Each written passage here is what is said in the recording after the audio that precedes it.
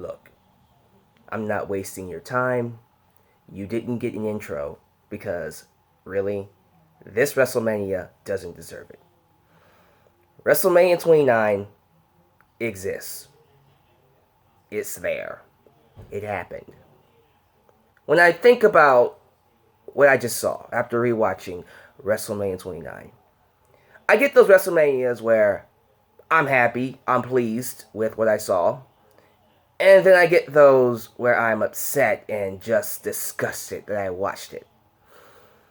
WrestleMania 29 doesn't give me any of those feelings. Matter of fact, the overall feeling that describes WrestleMania 29 is nothing. I feel nothing. I watched it, and that's it. I didn't hate it. I didn't like it. It just happened. Even now, reviewing the show, I know what happened, but I feel like I watched nothing other than one match. CM Punk versus The Undertaker. If WrestleMania 29 never existed, nothing would be heard. That's how bad that is. That's how forgettable this WrestleMania is. It's not the fact that it was a bad show. It's that it has such of a non-impact on the wrestling business. It affects nothing. In a vacuum, nobody gets hurt. Nothing happened as a result of this show. So, that's my review, honestly. I could end it right there. I'm going to talk about the matches, where it took place, and of course some other stuff that you need to know about. But really, the true WrestleMania for WWE in 2013 was SummerSlam. SummerSlam 2013 was amazing. That show, in my opinion, was the real WrestleMania. We had Daniel Bryan versus John Cena in the main event. Amazing main event that led into one of the best storylines that would go to WrestleMania 30. We'll talk about that next year. We also got CM Punk versus Brock Lesnar. Awesome! Another amazing match. I remember 2013 SummerSlam being a great, amazing show, so much better than WrestleMania 29. So, if you need to get your WrestleMania fix from 2013, just watch SummerSlam that year. That's all I gotta say, because this show was nothing. It was 4 hours. It premiered on April 7th, 2013, MetLife Stadium in New Jersey, 80,676. And the more I see these attendance numbers, the more apparent it is that WWE will probably continue not to try. Because despite all their shows and pay-per-views throughout the year not doing so good in numbers, they're still consistently getting a lot of people at WrestleMania. Because, like I said before, WrestleMania at this time is drawing specifically off of its name, off of its history, off of its lineage. Because the blood, sweat, and tears of Hogan, Taker, Shawn Michaels, The Rock, Stone Cold Steve Austin, Macho Man Randy Savage, Roddy Piper, Andre the Giant, many others, it made WrestleMania one of the biggest events in history. And people just go just to go, whether the show sucks or not. I'm guilty of that, so I'm not blaming anybody. That's just how it is now. Ring announcers, Justin Roberts and Lillian Garcia. No interview, so I don't have an interviewer here. But I think around this time, it was still Todd Grisham. I think Matt Stryker was still doing it somewhat, but he does get released later on this year. Thank God. Thank God, because Matt was not working out anymore. Okay, I know I usually say let's breeze through these matches. I'm serious. Let's just get through these matches. Sheamus, Randy Orton, and Big Show took on The Shield. Yeah, this is The Shield's very first WrestleMania. Seth Rollins, Dean Ambrose, and Roman Reigns. And the match? It's nothing. The Shield had a very average match. I like Seth Rollins throwing his body all over the place to at least create some kind of an interesting feeling, but it didn't really create anything for me. So, average match, The Shield wins. Simple as that. I did think The Shield was booked very well around this time. And I dare say they're one of the best booked stables in WWE history, without a shadow of a doubt. I'll have more to say about them next year. It's just this WrestleMania left me just feeling nothing. I don't have much to say. Ryback versus Mark Henry. I think originally this was going to be Ryback versus The Big Show, but I don't know why they didn't give it to us. But whatever.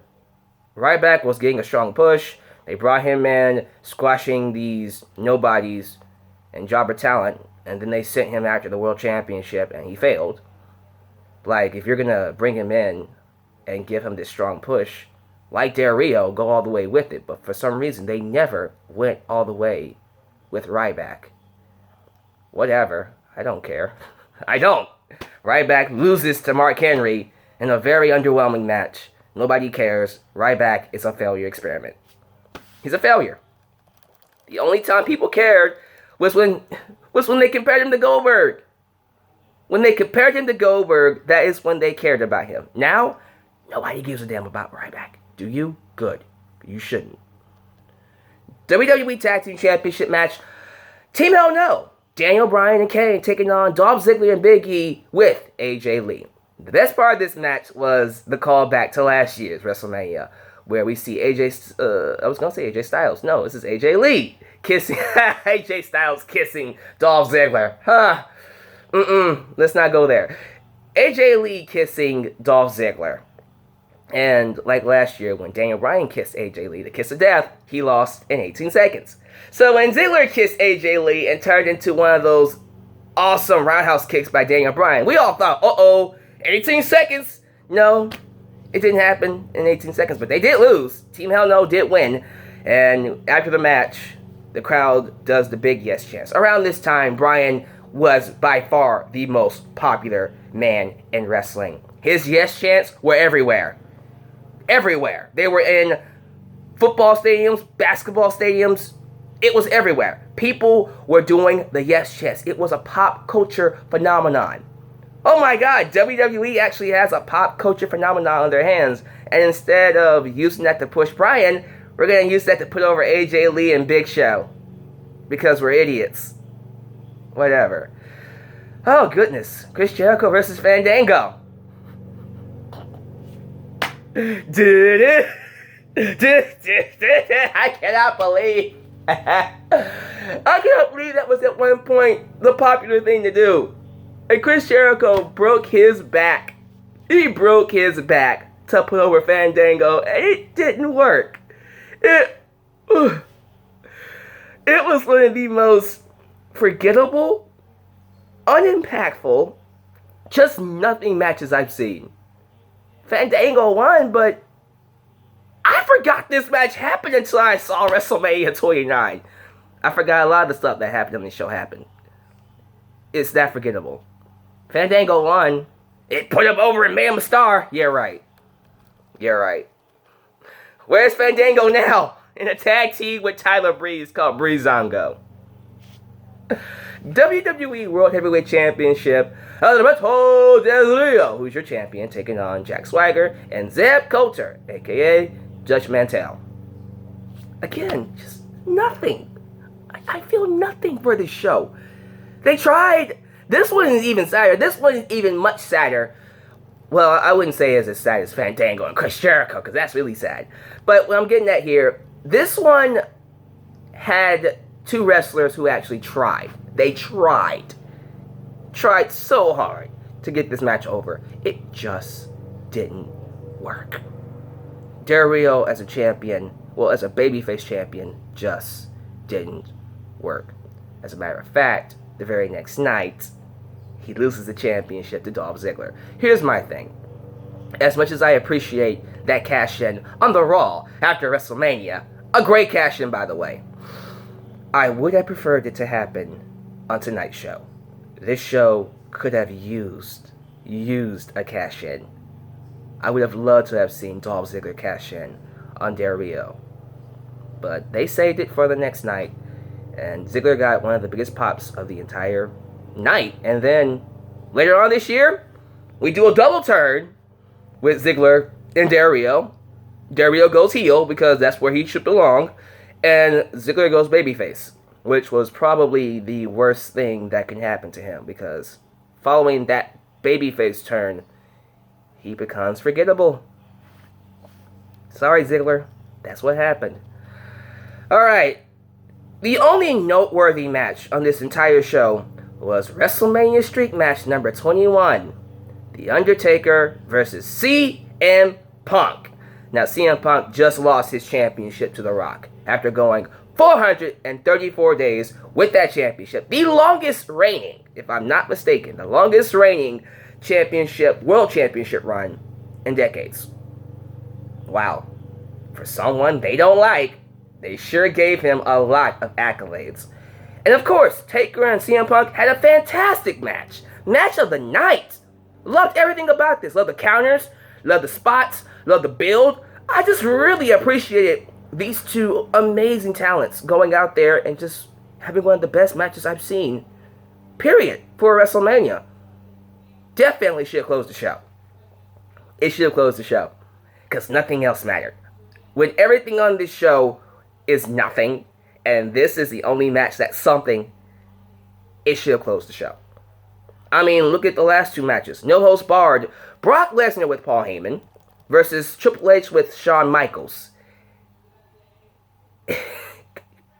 Okay, what the hell? What was the point of this?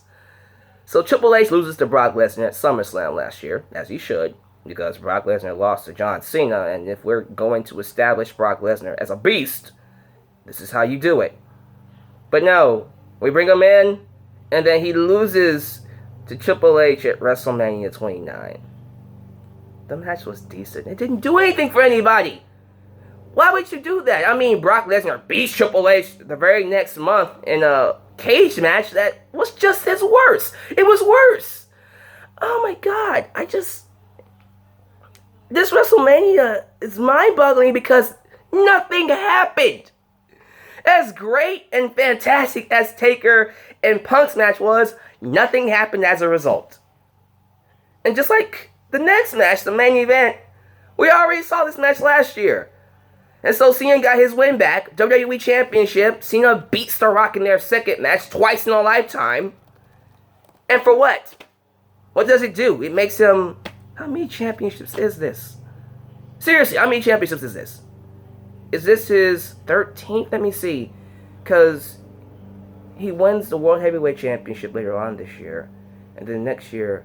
I know that's the 14th run. That's the 14th the next year. And then he wins it again 15 times. No, I think this is his 13th.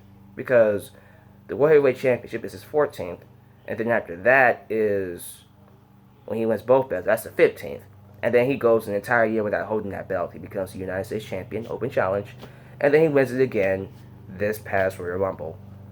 So this was his 13th, if I'm not mistaken. If I'm wrong, let me know. I don't care.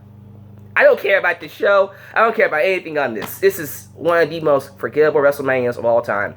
It doesn't deserve my awesome intro. It really doesn't. So give me your thoughts on WrestleMania 29. Because quite frankly, I have none. And more than likely, you won't either.